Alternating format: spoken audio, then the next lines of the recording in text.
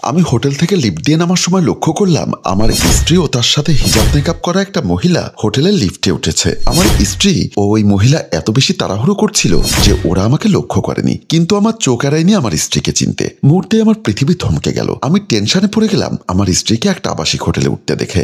এমনিতেই এই হোটেলের নামে বদনাম রয়েছে, এই হোটেলে নাকি টাকার বিনিময়ে স্ত্রীলোক পাওয়া যায়। তাহলে আমার স্ত্রী কেন এই হোটেলে উঠছে? আমার সাথে ছিল আমার অফিসের এক কলিগ। আমরা এই হোটেলে এসেছিলাম রুম বুকিং দিতে। 25শে ডিসেম্বর বড়দিন উপলক্ষে আমাদের এক ফরেন ক্লায়েন্ট সস্ত্রীক বাংলাদেশে আসছেন ভ্রমণের উদ্দেশ্যে। তাই আমি আর আমার এক কলিগ এসেছিলাম এই হোটেলে ওনাদের জন্য একটা রুম বুকিং দিতে। কিন্তু আমার স্ত্রী কেন এই হোটেলে আসলো? বিষয়টা নিয়ে যখন আমি টেনশন করছিলাম তখনই আমার কলিগ বাবু সাহেব বলল, পল্লব ভাই, ওই মহিলাদের দেখে কি ফিদা হয়ে গেছেন? আমি ওনার কথার উত্তর দিচ্ছি না দেখে উনি আবার বলল, মাত্র 1000-5 টাকা খরচ করলে ওই মহিলার সাথে কিছুক্ষণ সময় কাটিয়ে যেতে পারবেন। পছন্দ হলে বলেন, আমরা আবার উপরে গিয়ে ম্যানেজারের সাথে কথা বলি। আমার অফিস কলিগ বাবু সাহেবের মুখে এমন কথা শুনে আমার সন্দেহের মাত্রাটা আরো বেড়ে গেল। একবার মন চাচ্ছে উপরে গিয়ে স্ত্রীকে হাতে নাতে ধরি। পরক্ষণেই ভাবলাম, বাবু সাহেব যদি জানতে পারে একটু আগে উপরে ওঠা ওই মহিলাটা আমারই স্ত্রী, তাহলে আমারই মান সম্মান যাবে। তাই নিজেকে সামলে নিয়ে বললাম, আরে না ভাই, আমার অমন অভ্যাস নেই। তাহলে মহিলাটাকে দেখে ফিদা হয়ে গেলেন কেন? অবশ্য ফিদা হয়ে যাওয়ারই কথা। দেখেছেন মহিলাটা কেমন খাসা। আপনার কথা কি বলবো, পকেটে টাকা নেই, না হলে আমি এক্ষুনি গিয়ে ম্যানেজারকে বলতাম একটু আগে উঠে যাওয়া মহিলাটার রেট কত।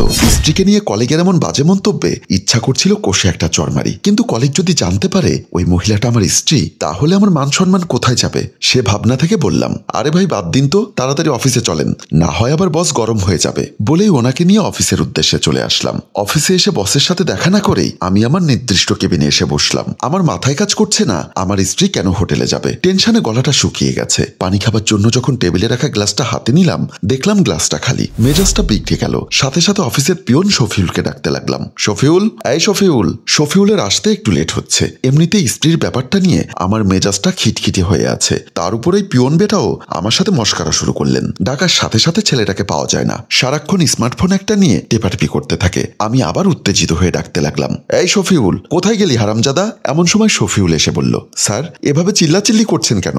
মেজাজটা আরো পিকড়ে গেল। সাথে সাথে একটা চর বসিয়ে দিলাম শফিউলের গালে। চর খেয়ে সে আহম্মকের মতো গালে হাত দিয়ে আমার দিকে তাকিয়ে আছে। জীবনে কোনোদিন ওকে বকাটা পর্যন্ত দেয়নি, আজ হঠাৎ আমার এমন আচরণে সেও কিছুটা হতভম্ব হয়ে গেল। এমনিতেই আমার স্ত্রী হোটেলে উঠেছে দেখে আমার মন মেজাজ ঠিক নেই, তার উপর পানি খাবার জন্য গ্লাসটা হাতে নিয়ে দেখি ওখানে পানি নেই। তাকে ধমক দিয়ে বললাম, সারাদিন কি করিস, গ্লাসে পানি নেই কেন? সে আমার কথার উত্তর না দিয়ে খালি গ্লাসটা নিয়ে চলে গেল। হঠাৎ ওর সাথে এমন আচরণে আমার নিজেরও এখন অনুশোচনা হচ্ছে। আসলে আমার উচিত হয়নি ওকে চর মারা, কিন্তু কি করব, ঘরের বউকে যদি কেউ হোটেলে উঠতে দেখে তখন কারই বা মেজাজ ঠিক থাকে। এদিকে আমাকে পানি দিয়ে যাবার পর শফিউল দরজার সামনে দাঁড়িয়ে কাঁদছিল। আমাদের অফিসের বস মমিন সাহেব পাশ দিয়ে যাওয়ার সময় সেটা লক্ষ্য করলেন। উনি শফিউলকে কাঁদতে দেখে জিজ্ঞাসা করলেন, কিরে শফিউল, তুই এখানে দাঁড়িয়ে কাঁদছিস কেন? বড় স্যারকে দেখে শফিউল চোখের পানি মুছতে মুছতে বলল, স্যার পল্লব স্যার আমাকে চর মেরেছেন। পল্লব তোকে চর মেরেছে মানে? কিন্তু কেন তোকে চর মারবে? আমি সকালবেলা এসে ওনার টেবিল পরিষ্কার করে গ্লাসে পানি রেখেছিলাম। উনি অফিসে এসে কিছুক্ষণ পর আপনার নির্দেশে হোটেলে রুম বুকিং দিতে যাবার আগে পানি পান করে চলে গেছেন। এদিকে আমি বিভিন্ন কাজে ব্যস্ত থাকার কারণে ওনার গ্লাসে যে পানি শেষ হয়ে গেছে সেটা লক্ষ্য করিনি। উনি হোটেল রুম বুকিং দিয়ে সেই যখন দেখলেন গ্লাসে পানি নেই, তখন আমাকে ডেকে চর বসিয়ে দিলেন। শফিউলের মুখে এমন কথা শুনে বড় স্যার ক্ষিপ্ত হয়ে গেলেন। তুই চল আমার সাথে, বলেই শফিউলের হাত চেপে ধরে বড় স্যার শফিউলকে নিয়ে আমার রুমে আসলেন। স্যারকে আর শফিউলকে দেখে আমি বসা থেকে দাঁড়িয়ে গেলাম। স্যার সরাসরি বলল, পল্লব সাহেব, আপনি শফিউলকে চর মেরেছেন কেন? স্যার আমার ভুল হয়ে গেছে। ভুল হয়ে গেছে বললেই তো সমাধান হয়ে যায় না। হতে পারেন আপনি অফিসার, শফিউল পিয়ন। সে পিয়ন হলেও তো মানুষ, আপনি তাকে এভাবে চর মারতে পারেন না। আপনার উচিত ওর কাছে সরি বলা। আসলে বিষয়টি আমিও লক্ষ্য করলাম, আমার ওভাবে চর মারাটা উচিত হয়নি। তাই আমি নির্দ্বিধায় শফিউলকে বললাম, শফিউল সরি ভাই, মনে কষ্ট নিও না, এমনটা আর হবে না। আমাকে সরি বলতে দেখে স্যার বলল, ঠিক আছে, মন দিয়ে কাজ করুন। আর শফিউল, তোকেও বলি, সারাক্ষণ মোবাইল নিয়ে পড়ে থাকিস না, অফিসে কখনকার কি লাগে সেদিকে একটু লক্ষ্য রাখিস। এখন চল। স্যার চলে যাবার সময় আমি স্যারকে আবারও সালাম দিলাম, আসসালামু আলাইকুম। ওয়ালাইকুম আসসালাম বলেই স্যার ও শফিউল চলে গেলেন। আমি চেয়ারে হেলান দিয়ে বসে মনে মনে ভাবতে লাগলাম, ঘরের স্ত্রীর জন্য আজকে একজন পিয়নের কাছে আমার সরি বলতে হলো। আমার স্ত্রী কি কারণে হোটেলে যাবে? এমন তো নয় যে আমি পুরুষ হিসাবে অক্ষম, দুর্বল। প্রতি রাতেই সে আমার কাছে পরাজিত হয়। শুনেছি যাদের স্বামী দুর্বল তারা নাকি অন্য পুরুষের প্রতি আসক্ত হয়, কিন্তু সেদিক দিয়ে তো আমার স্ত্রীর অপূর্ণতা থাকার কথা নয়। কিন্তু তবুও ও কেন হোটেলে যাবে? হতে পারে আমার আর্থিক দৈন্যতার কারণে ও এমনটি করেছে। আমার হঠাৎ মনে পড়ে গেল গত 4-5 দিন আগের কথা। আমি যখন অফিসে আসার জন্য রেডি হচ্ছিলাম তখন পূর্ণতা আমার মেয়েকে স্কুল ড্রেস পরিয়ে স্কুলের জন্য রেডি করতে করতে আমার সামনে এসে বলল, তুমি কি অফিসে যাবার জন্য রেডি হচ্ছ? হ্যাঁ, কেন বলো তো? আজ মোনালিসার স্কুলের পরীক্ষার ফি, পার্টি ফি ও কোচিং এর বেতন একসাথে দিতে বলেছে। তাড়াতাড়ি 5,000 টাকা দাও, আমার আবার ওকে স্কুলে নিয়ে যেতে হবে। তখন আমি পকেটে হাত দিয়ে দেখি আমার কাছে সামান্য কটা টাকা আছে। তাই আমি পূর্ণতাকে বললাম, এই মাসে অনেক খরচ হয়ে গেছে, এই মাসটা পাশের ফ্ল্যাটের ফাহিম ভাবি থেকে ধার দেনা করে কোনো রকম চালিয়ে নাও। আমার কথা শোনার সাথে সাথেই পূর্ণতা রেগে গিয়ে বলল, আর কয় মাস এভাবে ধার দেনা করে চালিয়ে নিব? মানুষের কাছে হাত পাততে পাততে আমার এখন ওনাদের সামনে যেতেও লজ্জা করে। আরে বাবা, তুমি রেগে যাচ্ছ কেন? যে কয় টাকা বেতন পাই সব টাকা তো এনে তোমার হাতে দেই। বাজারে জিনিসপত্রের দাম বেড়ে গেছে, সংসারে খরচ বেড়ে গেছে, কিন্তু ইনকাম তো আর বাড়েনি। আগে যা বেতন পেতাম এখনো তাই পাই। যে চাকরিতে বেতন কম সে চাকরি করো কেন? বারবার বলি ওই অফিসটা ছেড়ে অন্য অফিসে জয়েন করো। কে শোনে কার কথা? দেখো, স্যার বলেছে এই ডিসেম্বরের পরে আমাদের সবার স্যালারি বাড়াবে, তাই চাকরিটা ছাড়ছি না। ঠিক আছে, তুমি ওই চাকরি নিয়েই বসে থাকো, শেষ পর্যন্ত দেখছি আমাকেই ঘরের বাহির হতে হবে। বলেই পূর্ণতা মেয়েকে নিয়ে স্কুলের দিকে চলে গিয়েছিল।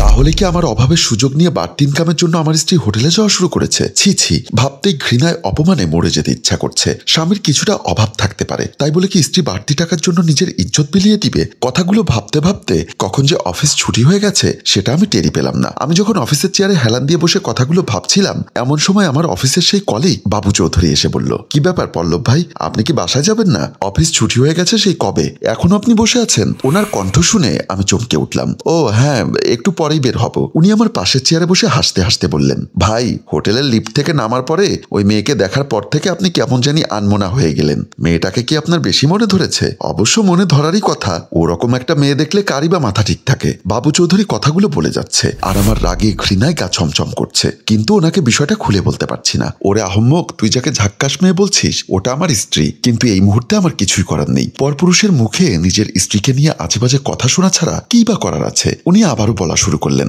ভাই, আমার কিন্তু মাঝে মধ্যে এরকম হোটেলে যাবার অভ্যাস আছে। ভাবছি 2-1 দিনের মধ্যে ওই হোটেলে গিয়ে হোটেল ম্যানেজারকে ওই মেয়েটার কথা বলবো। যত টাকা লাগবে লাগুক, একবারের জন্য হলেও ওই মেয়েটাকে আমার চাই। আমি আর বসে থাকতে পারলাম না। নিশ্চয়ই কোনো পুরুষই তার স্ত্রীর নামে এমন বাজে মন্তব্য শুনলে নিজেকে স্থির রাখতে পারবে না। তাই আমি কোনো সিন ক্রিয়েট না করে বললাম, বাবু ভাই, আমার উঠতে হবে। বলেই চেয়ার থেকে উঠে দাঁড়ালাম। বুঝতে পেরেছি, আমার মনে হচ্ছে আপনি এখন ওই হোটেলে গিয়ে মেয়েটাকে চাইবেন। শেষ পর্যন্ত আর নিজেকে ধরে রাখতে পারলাম না। উত্তেজিত না হয়ে ভদ্রভাবে বললাম, ভাই, হোটেলে গিয়ে না সংগ্রহ করার মতো ওরকম বাজে অভ্যাস আমার নেই। যদি আপনার থাকে আপনি যেতে পারেন। ওই মেয়েকে কেন, এর চাইতেও যদি 1000 গুণ রূপবতী মেয়ে হলেও আমি ওই কাজে যাচ্ছি না। বলেই আমি বের হয়ে যেতে লাগলাম। আর উনি পেছন থেকে বলছেন, যদি তা নাইবা হবে তাহলে ওই মেয়েকে দেখার পর থেকে আপনি এরকম আনমনা হয়ে গেলেন কেন? আমি পেছন ফিরে উত্তরটা দিতে পারলাম না, তাই সোজা নিজের বাসার দিকে চলে আসলাম। বাসায় এসে দরজার সামনে কলিং বেল টিপলাম। একটু পরে মা দরজা খুলে দিল। মাকে দেখে বললাম, মা, তুমি কেন দরজা খুলে দিলে? পূর্ণতা কই? আমার মুখে এমন কথা শুনে এবং রাগান্বিত দেখে মা বলল, সারা জীবন তো তোকে দরজা আমিই খুলে দিয়েছি, এখন বউ দরজা খুলে না দিলে ভালো লাগে না? না। মায়ের মুখে এমন খোঁচা মারা কথা শুনে আমার মেজাজটা আরো বিগড়ে গেল। মাকে বললাম, সবসময় খোঁচা দিয়ে কথা বলো কেন? এজন্যই তো তোমাদের বউ শাশুড়িদের মধ্যে ঝগড়া লাগে। আমার কথা শুনে মা বলল, তার মানে তুই কি বলতে চাচ্ছিস আমার কথার কারণে তোর বউয়ের সাথে ঝগড়া লাগে? আমারই দোষ? সত্যি কথা বলতে স্ত্রীকে হোটেলে উঠতে দেখে আমার মন মেজাজ ঠিক নেই। তার উপর সবার সাথে আমার কেমন জানি ঝগড়া লেগে যাচ্ছে। তাই আমি ঝগড়াটা না বাড়ানোর জন্য বললাম, হয়েছে মা, আমার আর ঝগড়া করতে ইচ্ছা করছে না। মা আবারও বলল, ঝগড়া করতে ইচ্ছা করছে না মানে? তার মানে কি তুই বলতে চাচ্ছিস আমি গায়ে পড়ে ঝগড়া করি? সে কথা কি আমি বলেছি? তোর কথা স্ত্রী দেখলে তো তাই মনে হয়। শেষ পর্যন্ত আমি নিরুপায় হয়ে হাত জোর করে বললাম, সরি মা, আমার ভুল হয়ে গেছে, আমি এই মুহূর্তে আর কথা বাড়াতে চাচ্ছি না। বলেই আমি পূর্ণতার কথা আর জিজ্ঞাসা না করে রুমের ভেতরে ঢুকে গেলাম। নিজের রুমে ঢুকে দেখলাম আমার মেয়ে মোনালিসা ঘুমোচ্ছে। কি নিষ্পাপ চেহারা! মেয়েটা কি আদৌ জানে তার মা তাকে ঘুম পাড়িয়ে রেখে হোটেলে গিয়েছে পরপুরুষের সাথে সময় কাটাতে? ও যখন বুঝতে পারবে ওর মা একজন খারাপ মহিলা, তখন ওর প্রতিক্রিয়াই বা কি হবে? যেখানে আমি স্বামী হিসাবে মেনে নিতে পারছি না, সেখানে সে সন্তান হিসাবে মায়ের এমন অপকর্ম কিভাবে মেনে নিবে? কথাগুলো ভাবছিলাম আর অফিসের পোশাকগুলো চেঞ্জ করছিলাম। এমন সময় দেখলাম পূর্ণতা রুমে ঢুকে ভ্যানিটি ব্যাগটা ওয়ার্ড্রোপের উপর রেখে কানের দুল খুলতে খুলতে বলল, সরি, আমার একটু লেট হয়ে গেছে। আমি কোনো ধরনের ভনিতা না রেখেই বললাম, কোথায় গিয়েছিলে? আমার মুখে এমন প্রশ্ন শুনে সে চমকে উঠে আমার দিকে তাকিয়ে রইল। তাকে অবাক হতে দেখে আমি আবারও প্রশ্ন করলাম, বলেছি কোথায় গিয়েছিলে, উত্তর দিচ্ছ না কেন? সে এবার আমতা আমতা করে বলতে লাগলো, আমি করছিল। তখনই আমি কষে একটা চর বসিয়ে দিলাম। হ্যালো ভিউয়ার্স, পূর্ণতা কি পারবে সে যে হোটেলে গিয়েছে সেই কথা বলতে? কিংবা পল্লব কি পারবে হোটেলে যাওয়া স্ত্রীর সাথে সংসার করতে? এসব প্রশ্নের উত্তর জানতে হলে আপনাকে অপেক্ষা করতে হবে আগামী পর্বের জন্য। আপনাদের বেশি বেশি কমেন্ট এবং শেয়ার পেলে আমরা উক্ত গল্পের দ্বিতীয় পর্ব নিয়ে আগামীকাল হাজির হব। তাই উক্ত গল্পের দ্বিতীয় পর্ব দেখতে চাইলে এক্ষুনি গল্পটি শেয়ার করে দেবার অনুরোধ রইল। ধন্যবাদ।